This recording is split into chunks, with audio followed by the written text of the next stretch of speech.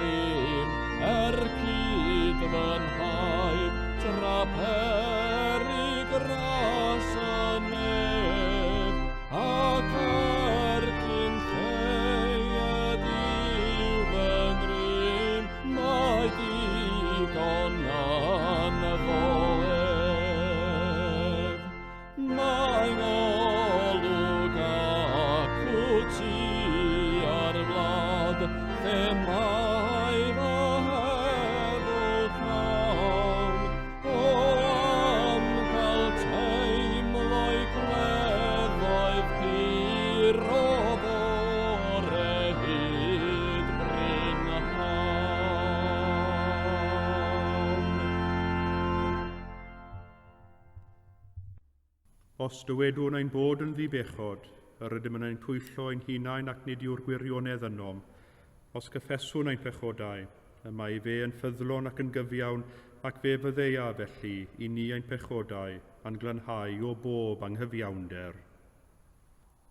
Garedigion yng Nghrist, yr ydym yn presenoldeb y Duw byw a holl gwmpaini nef, i offrym iddo trwy ein harglwydd Iesu Grist, ein haddoliad a'n mawl a'n diolch, i gynyddu mewn gwir wybodaeth o'i gariad mawr tuag atom ac i'w ras gael dwi'n ffrwyth yn ein bywydau.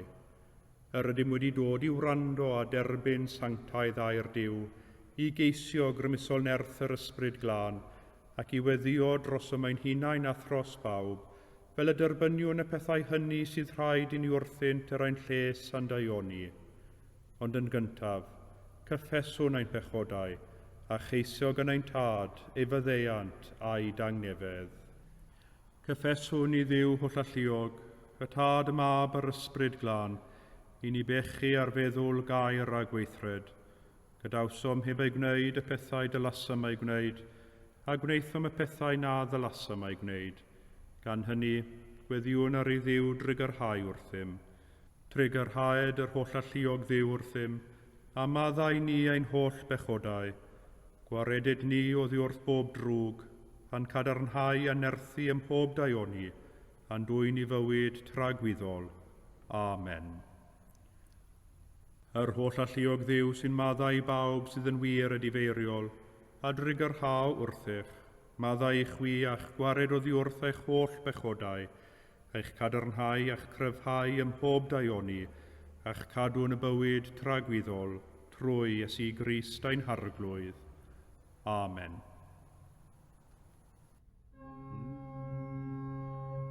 Arglwydd ag orau'n gwefusau, a'n genau a fynegad y ddoliant. Dyw brosiau'n canorthwyo, arglwydd braserau'n camorth, goniant i'r tod ac i'r mob ac i'r ysbryd glon. Megis yr oedd yn y dechrau, y mae'r awr hon ac a bydd yn wastad, yn oes oes oedd.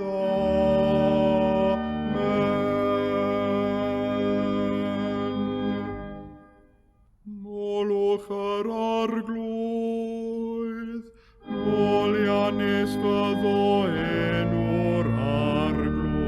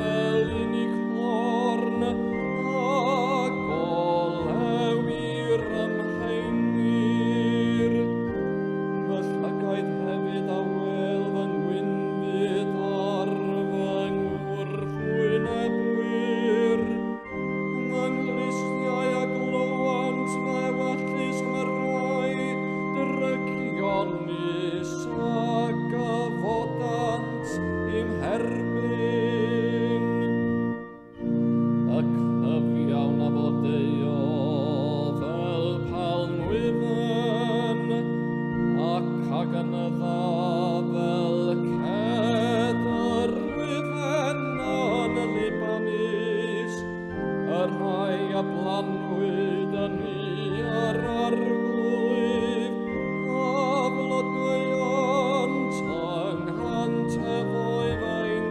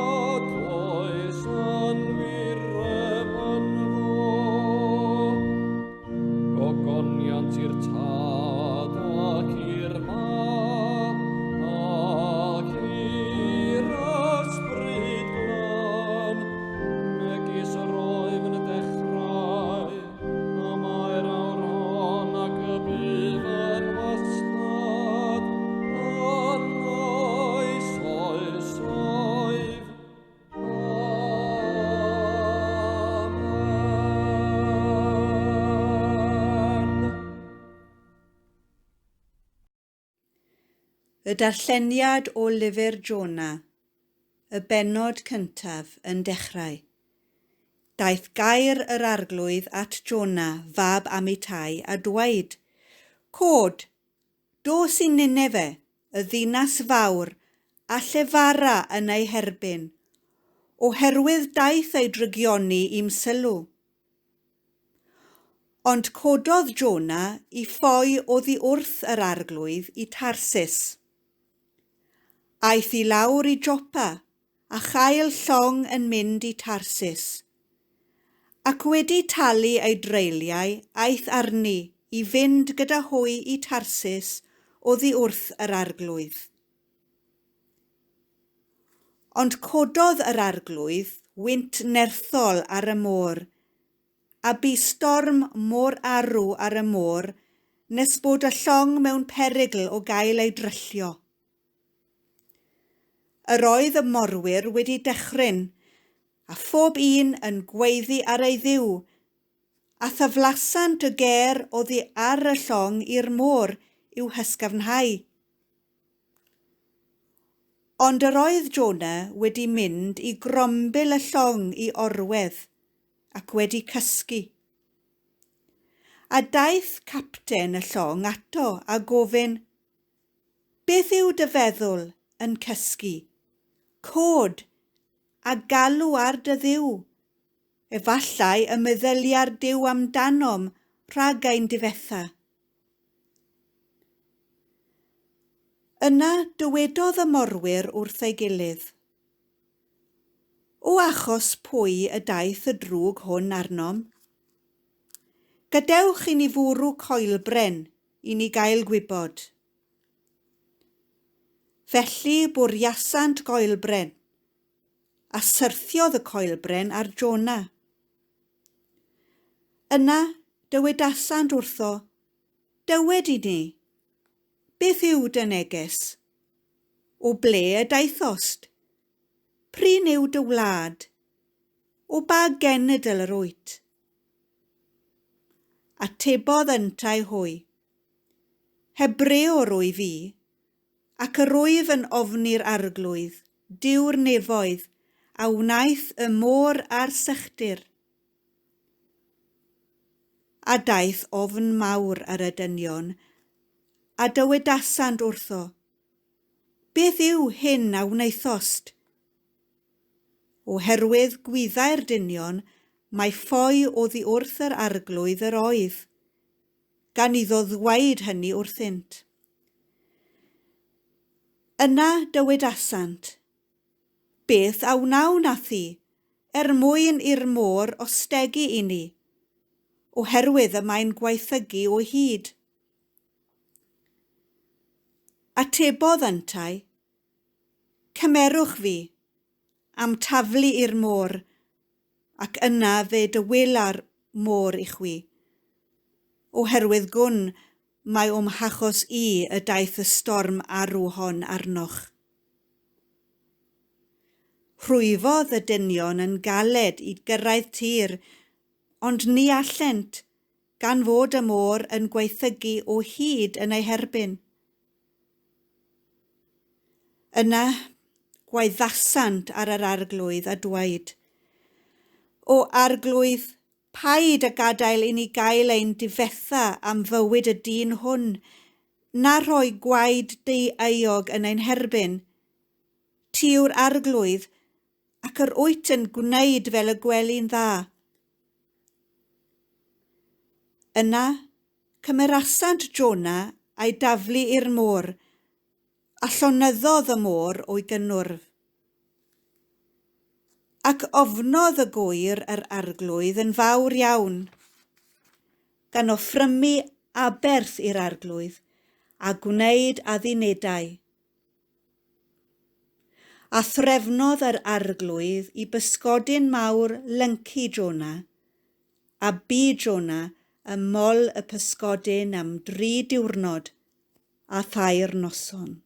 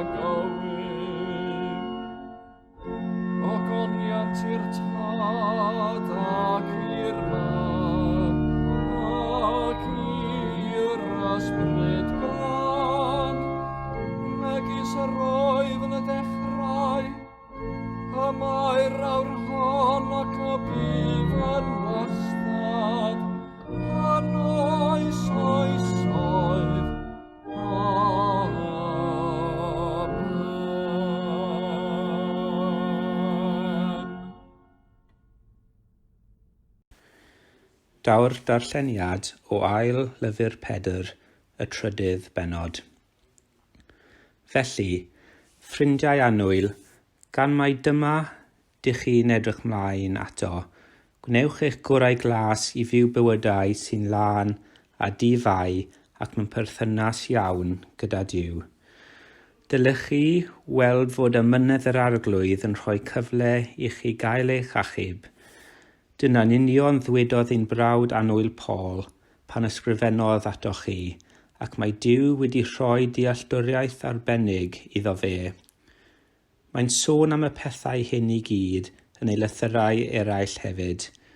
Mae rhai pethau yn ei lythyrau sy'n anodd ei deall, a dyna'r pethau mae pobl sydd heb ei dysgu ac sy'n hawdd ei camarwain yn ei gwir droi, yn union fel gyda'r ysgrifau sanctaidd eraill.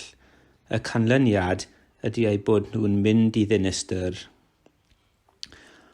Ond ych chi wedi cael eich rybuddio, ffrindiau annwyl, felly gwyliwch rhag cael eich ysgubo i ffwrdd gan syniadau ffals pobl ddiegwyddor. Dwi i ddim am eich ffydd gadarn chi simsanu. Yn lle hynny, dwi am eich i brofi mwy a mwy o ffafr a haelioni ein harglwydd a'n hachubwr Iesu Grist a dod i'w nabod ein well. Mae'n haeddu cael ei foli, y nawr ac ar y diwrnod pan fydd tragwyddoldeb yn gwawrio. Amen. Dyma ddiwedd y darlleniad.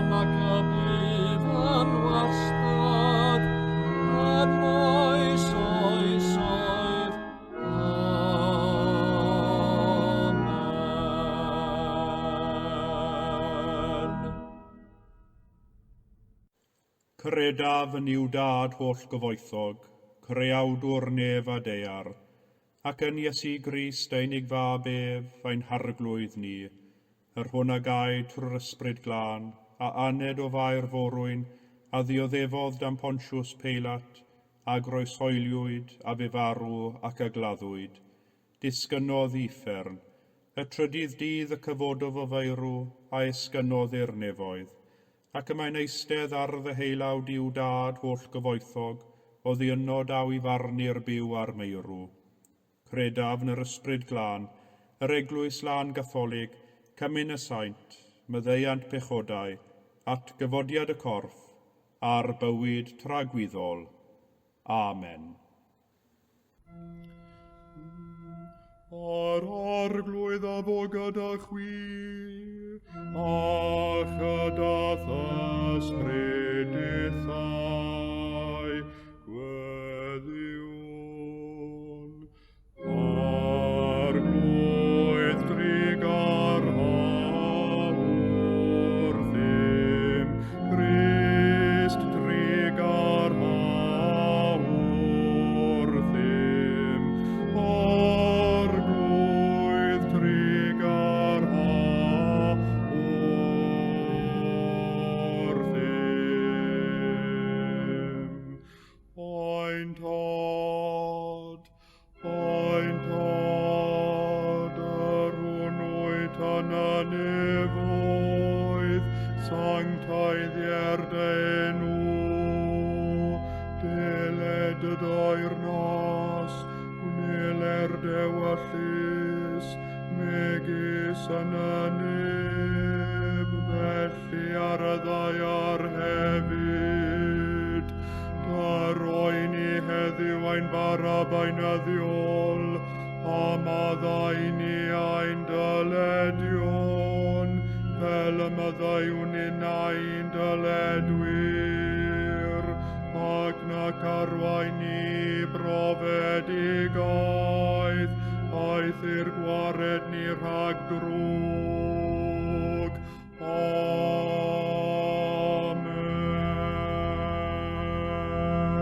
Amen.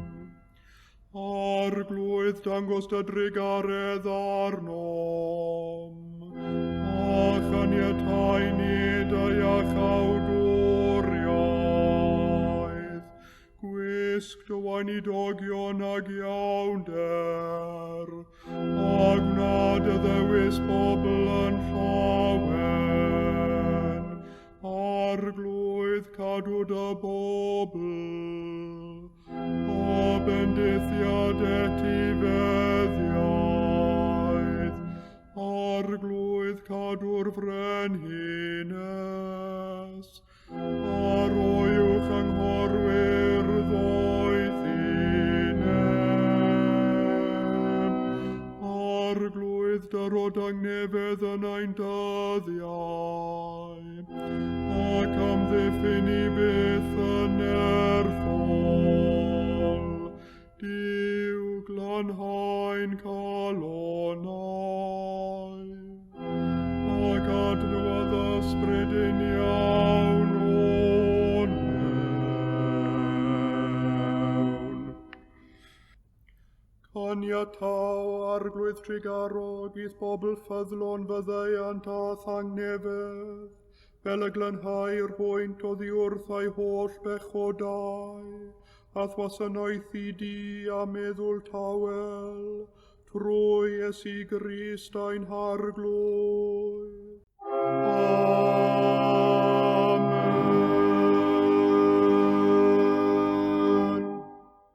O llalluog Dduw, ffynhonell pob dymuniad sanctaidd, pob cyngor da, pob gweithred gyfiawn, dyrwydd weision y tangnefedd na all y byd ei roddi, fel y boi ni, gan i fyddhaeth orchmynion, a'n gwared gennyt rhag ofn ein gylynion, dreulio ein hamser mewn heddwch a thangnefedd, trwy Iesu Grist ein harglwydd. Amen.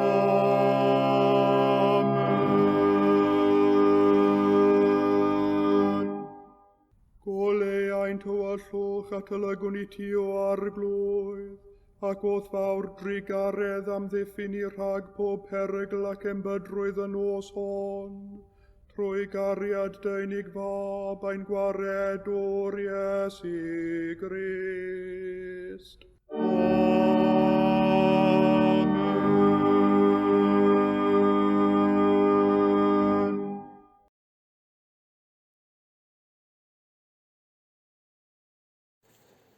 Gweddi gan y diweddar barchedig Elfed ap Nefydd Roberts o'i drysor o gyfrol Amser i Dduw.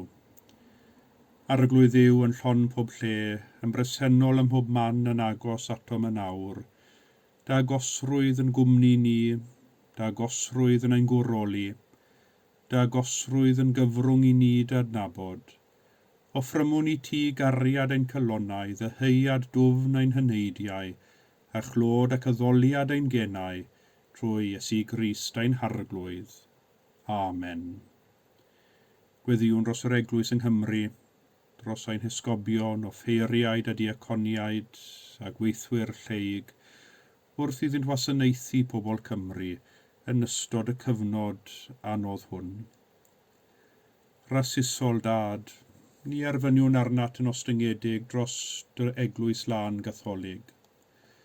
Llanw hi a phob gwirionedd, yn ei holl wirionedd llanw hi a phob tangnefedd, lle mae'n llygyredig glanha hi, lle mae mewn camwedd gyfarwydda hi, lle mae'n ofergoelus cywira hi, lle mae unrhyw beth o'i le diwygia hi, lle y gwahanwyd hi a'i rhannu, cyfanna a'i rhwygiadau, o Sant Israel, mwyn Iesu Grist ein harglwydd a'n gwaredwr. Amen. Gweddiwn dros anghenion ein byd. Enwedig y gwledydd hynny sy'n dioddef tensiynau gwleidyddol, a lle mae lleisiau sy'n galw am newid yn cael eu distewi gan ormes ac ofn. Cofiwn pobl Bolivia, Beirut, Gweriniaeth Democrataidd y Congo a Belarus. O Dduw, yr hwnnwyd berffaith gariad, gweddiwn dros y gormeswr ar sawl o'r mesur, dros yr erludwyr ar sawl a erludur, dros y troseddwr a'r dioddefwr. Rho lygaid clir i weld y byd fel y mae, a'n hunain a phobl eraill fel yr ydym. Ond roi ni hefyd obaith i barhau gredu yn yr hyn yr wyt ti am i ni fod. Gryfhau ein ffydd bywhau ein gobaith, cyfeirio ein cariad, i ni wneud ein rhan i ennill rhyddid i holl bobl y byd, trwy Iesu Grist ein harglwydd. Amen. Dros yr wythnosau diwethaf, mae cymaint o sôn yn y newyddion wedi bod yn ffoduried yn gwneud y siwrne peryglus ar draws y sianel. Cofiwn hefyd am y ffoduried a cheiswyr lloches yn rhannau eraill o'r byd, y rhai sy'n ffoi am nad oes ganddynt ddewis arall. O dad, rwy ti'n gofalu am dy holl blant.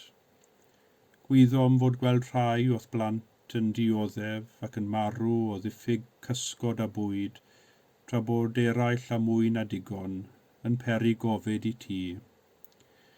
Gweddiwn ar rhan y digartref, yn enwedig yr rhai a orfodwyd i ddianc o'i mamwlad, pob un ohonynt yn ysglyfaeth i ryfel, cleddyd, trachineb, naturiol neu anobaith.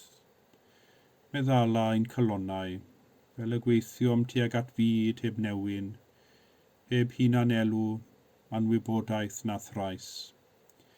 Dau syfwn ar eithgariad am gylchynu pob ffoadur heddiw, trwy gonsern dy bobl a gwaith asiantaethau dyngarol a llywodraethau, dau syfwn ar i'w problemau gael ei goresgyn ac i ffordd newydd o fyw agor allan iddynt, gweddiwn hyn yn enw Iesu Grist, ein harglwydd. Amen.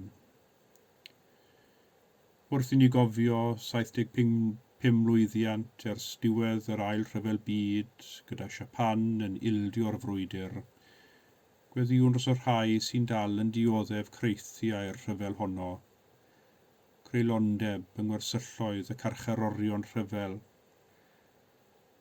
erchylltra bomiau atomig a syrthiodd ar Hiroshima a Nagasaki. Gweddiwn am dy lwyddiant ar bawb sy'n gweithio dros gymod, heddwch a sefydlogrwydd yn ein byd ni heddiw. Ac wrth i ni gofio am gyshegrwn ein hunain i fod yn gyfryngau heddwch yn ein byd.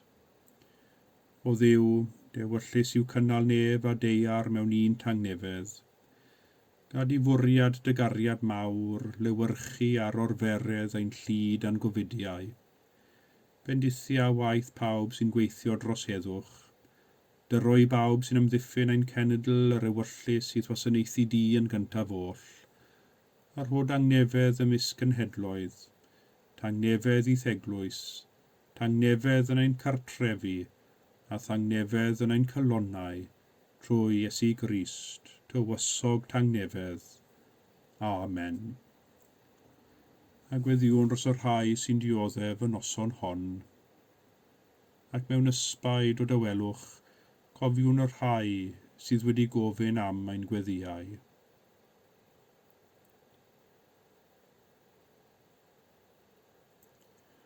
O arglwydd, bydd yn dyner wrth bawb sydd mewn helbyl, cystydd a thrieni, cysura'r rhai gofidus, cynnal y gweiniaid, adfer y cleifion, a chyflawna'r rhaid yr anghennus, boed dyfendith ar bob cymdeithas ddaionnus, ac ar bob gwaith da, mwyn Iesu Grist ein harglwydd. Amen. Arglwydd dangos i ni gyfrinach gwir lawenydd. Llawenydd mewn gwasanaeth, nid mewn hunan les. Llawenydd o'r rhoi yn hytrach na derbyn. Llawenydd o'r rhannu yn hytrach na chadw. Llawenydd o geisio dewyllus di, nid ein hewyllus ein hunain.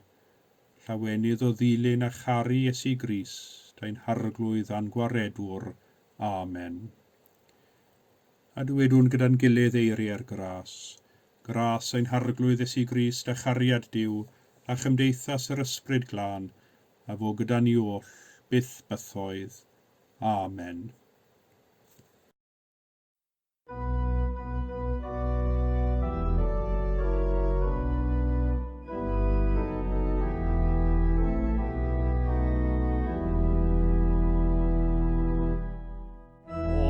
Iesu mawr o danion y byr, I ei filgwan mewn aniol gyr, I'w nerfi drwy'r ar roes goroesi, ar farys daeth i'r ganan y bri. O grasi fan ar eglwys mawr, Rian y nef neu arach awr, Hafef i'r cafan o chanin, Wrthaf i danion diganin. Milan a'n tawel wrth gydraed, Ni gan a famryn weddau'r gwaed, Ni garia'r groes, Ni noi ar gon, A'n rhaid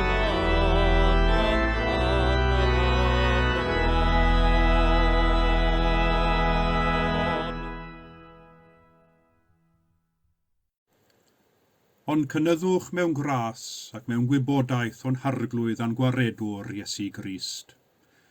Ydyn awfed adnod o'r drydydd bennod o ail epistol Pedr. Mae ail epistol Pedr yn gorffen gyda'r awdur yn rhoi nifer o anogaethau cadarnhaol ac adeiladol i'r Cristionogion ifanc a'i ffydd. Ei anogaeth olaf oll yw, cynyddwch mewn gras ac mewn gwybodaeth o'n harglwydd a'n gwaredwr Iesu Grist. Yn yr un frawddeg hon, yn gryno ac yn glir, fe gawn grynodeb o'n ffydd a'n gwaith fel Cristionogion. Mae'n rhyfedd i feddwl bod modd crynhoi y bywyd Cristionogol a gorchwyl ffydd mewn un frawddeg seml. Yn ymal, dyn ni'n gwneud bywyd yn anodd i ni ein hunain trwy gymlethu pethau, yn troi'r hawdd yn gymleth, troi y syml yn astrus, troi y brincyn yn mynydd mawr. Pam y tueddiad hwn ynom, tybed? Efallai oherwydd y credwn fod rhaid i unrhyw beth sydd o werth fod yn anodd ac yn astrus, neu beth yw'r pwynt o drafferthu. Y peryg yw wrth gwrs, wrth wneud pethau'n anodd ac yn astrus i ni'n hunain, dyn ni'n diflasu ac yn blino, a byth yn gweld ein hunain yn gwneud cynnydd. Mae hyn mor wir am ein ffydd ni hefyd. Ydym yn gallu gymlethu'n ffydd, nes yn y diwedd mae'n troi'n fwrn, yn signo'n hegni yn hytrach na rhoi ni egni a bywyd yn ei holl gyflawnder. Ar yr adegau pan na welwn ni gynnydd yn ein bywydau ffydd, mae'n mor hawdd i ni ddiflasu a rhoi'r gorau iddi. Felly mae cael anogaeth seml a chadarn fel ein testyn heno yn gymorth mawr i ni, wrth i ni gael ein tywys yn ôl i un o egwyddorion sylfaenol o beth mae'n olygu i fod yn Gristion, a'r gwaith y cawn ein galw i brysuro ein hunain ynddo. Ac felly fe allwn ni ofyn y cwestiwn, beth yw Cristion? Ie, Cristion yw un sy'n dilyn Iesu Grist, sy'n ymddiried ynddo, sy'n credu, trwy ei groes a'i farw, anychubodd ni o rym pechod a marwolaeth, ac yn ei fywyd, fe welwn ni gariad am y ddeiant Duw ar waith. Ond sut mae hynny'n ymlygu ei hun o ddydd i ddydd yn ein bywydau beunyddiol tybed? Sut mae ffydd yn Iesu Grist, ffydd y galon ar meddwl, yn troi'n agwedd tuag at fywyd ac yn lliwio ein bywydau pob dydd? Mae nifer o beryglon y mae Cristionogion yn gallu syrthio iddynt mor hawdd yn y cyswllt yma. Mae'r perygl o ddechrau meddwl mae bod yn Gristion yn gyfystyr a bod yn neis neu'n gymeriad ffein. A does dim byd yn bod mewn bod yn neis ac yn gymeriad ffein, ond ydy hynny ddim o'r rheidrwydd yn ymarweddiad Cristionogol. Yn rhy fynych yr ydym yn crynhoi bod yn Gristion i fod yn berson da, fel dwi'n cofio'r athrawes ysgol Sul yn dweud, byddwch yn dda a bydd Duw yn eich caru ac yn gofalu amdanoch. Nath i ddim dweud hyn, ond fe allwn ni gasglu felly, pan dyn ni'n yn ddrwg, dyw Duw ddim yn ein caru, nac yn ofalu amdanom. O'n i ddim a yw hwn yn ddiwinyddol gywir. Hefyd, pwy sy'n penderfynu pwy sy'n neis, neu'n ffein, neu'n dda, neu beidio. Yn ymlach na pheidio ein cymdeithas a'n hoes, pa bynnag beth sydd mewn ffasiwn ar y pryd sy'n penderfynu beth sy'n dda. Ond i ni Gristionogion, nid yn ôl safonau'r byd a cawn ein galw i'n mesur ein hunain, ond yn ôl safonau Duw a welwn ni y mywyd Iesu Grist ein harglwydd. Nid beth y mae dyn yn ei weld, y mae Duw yn ei weld. Mae mwy i fod yn Gristion na bod yn neis neu'n gymeriad ffein. Byddai'r rhai yn dweud, wel, beth sy'n bwysig yw nid cymaint y cymeriad, ond beth mae'r unigolyn hwnnw yn ei gyflawni sy'n bwysig, wedi'r cyfan wrth ei ffrwythau yr adnabyddwch hwy, meddai Iesu, a dywed Sant Pawl wrthym, byddwch yn helaeth bob amser yng ngwaith yr arglwydd. Yn wir, y mae Cristionogion yn cael ei galw i gyflawni gweithredoedd da a deionus. Does dim dwywaith am hynny. Ond rhan o'r bywyd Cristionogol yw hwn, nid ei gyfanrwydd. Mor hawdd y mae gweithredoedd da a deionus yn gallu troi'n ddiwiau ynddynt ei hun, ffordd o gael dosad o hunan foddhad trwy wneud rhywbeth da dros rhywun arall. Dim ond un cam bach sydd rhwng cyflawni'r gweithredoedd da neu'r ymgyrchu dros achosion da a throi'n rheini yn grefydd ynddynt ei hunain. Dwi'n bob tro yn teimlo chydig yn anghysurus pan dwi'n clywed rhyw rai yn dweud beth sydd angen arnom yw mwy o weithredu, nid mwy o weddio, fel petai fod yr un yn well na'r llall. Tra mewn gwirionedd y mae angen y ddau arnom, y gweddio sydd yn ein gwreiddio ni yn yw, ac o'r gweddio y tarddur y gweithredu sy'n dod o Dduw, ac nid o fympwy ein hunain. Byddai eraill yn dweud, mae beth sy'n bwysig am fod yn Gristion yw ei fod yn amddiffyn ei ffydd ar bob cyfle, sefyll yn gadarn ac yn wrol yn erbyn y byd trwy ddadlau a'r byd. Mae rhai sy'n arbennig o dda yn wneud hyn, mae ganddynt y ddawn, yn gallu mynegu ei ffydd mewn ffordd mor rigl a ddeniadol y mae'n dwy'n perswad ar eraill. Ond ychydig iawn o bobl sydd wedi cael ei ennill i Grist trwy ddadl frwd. Nid oes modd perswadio unrhyw un yn erbyn ei wyllus i newid ei feddwl. Un o'r pethau am wisgo'r goler gron yw o bryd i'w gilydd fe ddaw anffyddiwr rhonc ataf, a dechrau ac angerdd mawr fel cenhadwr yr efengil cynt i fwrw ati i ddechrau rhestru'r holl rhesymau a dadleuon sydd ganddo i geisio dwi'n perswad arnaf mae nonsens llwyr yw'n ffydd anghred yn yw. Fel arfer dwi'n gwrando'n gwrtais, yn fynych dwi wedi clywed yr hen ddadleuon troion, rai weithiau mi glywaf ddadl newydd, ond anfynych iawn. Weithiau dwi'n edmygu'r angerdd a'r ffydd i sigl yr anffyddiwr yn ei dadleuon. Weithiau fe wna i ddadlau yn ôl, ond erbyn y diwedd bob tro, a mae'r ddau ohonom yn cerdded oddi wrth ein gilydd wedi gytuno i anghytuno. Fi na'r llall wedi newid ei safbwyntiau. Ac ofer yw'r ddadl yn y diwedd.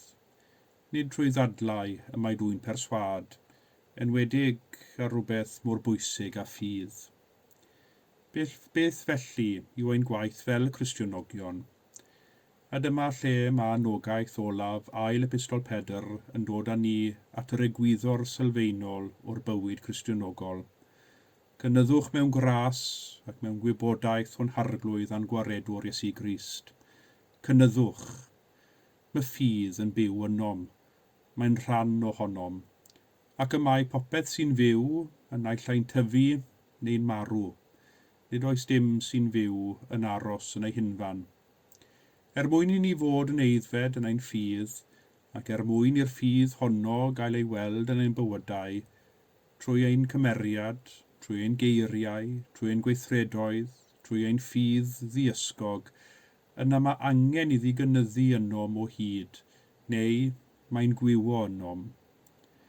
Mae dau beth syml sydd angen i ni gynyddu ynddynt, i sicrhau bod ein ffydd yn tyfu'n iach, sef gras a gwybodaeth. Mae dwy elfen i'r gair gras.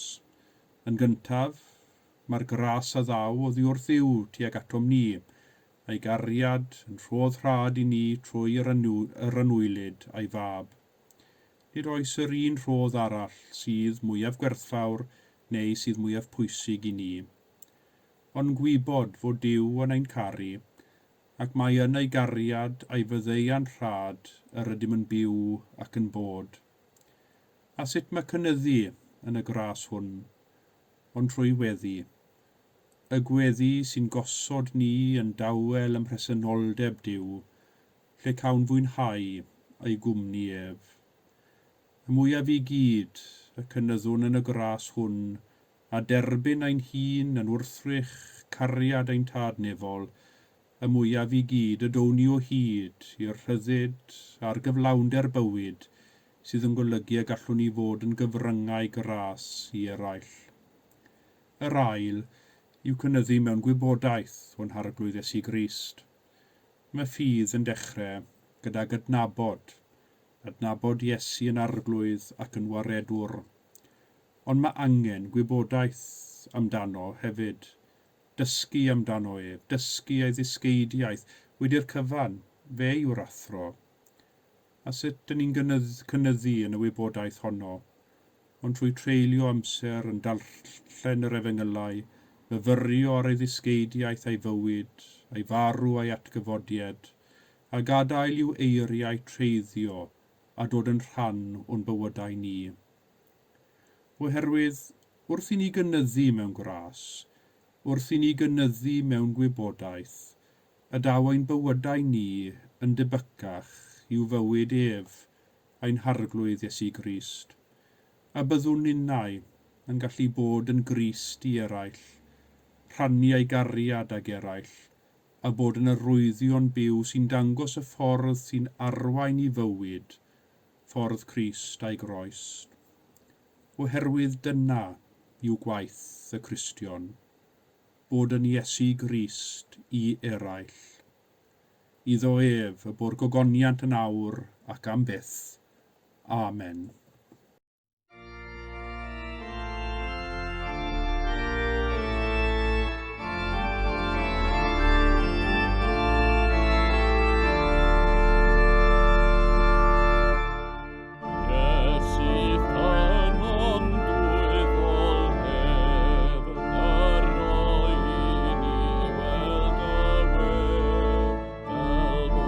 Tervis dan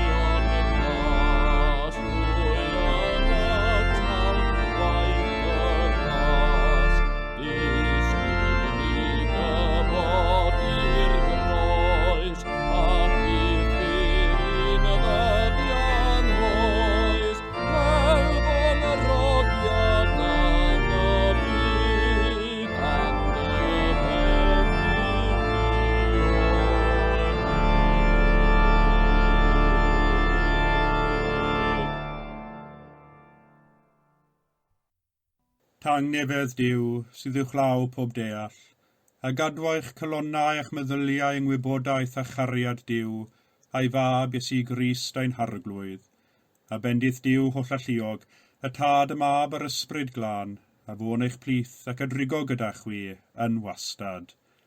Amen.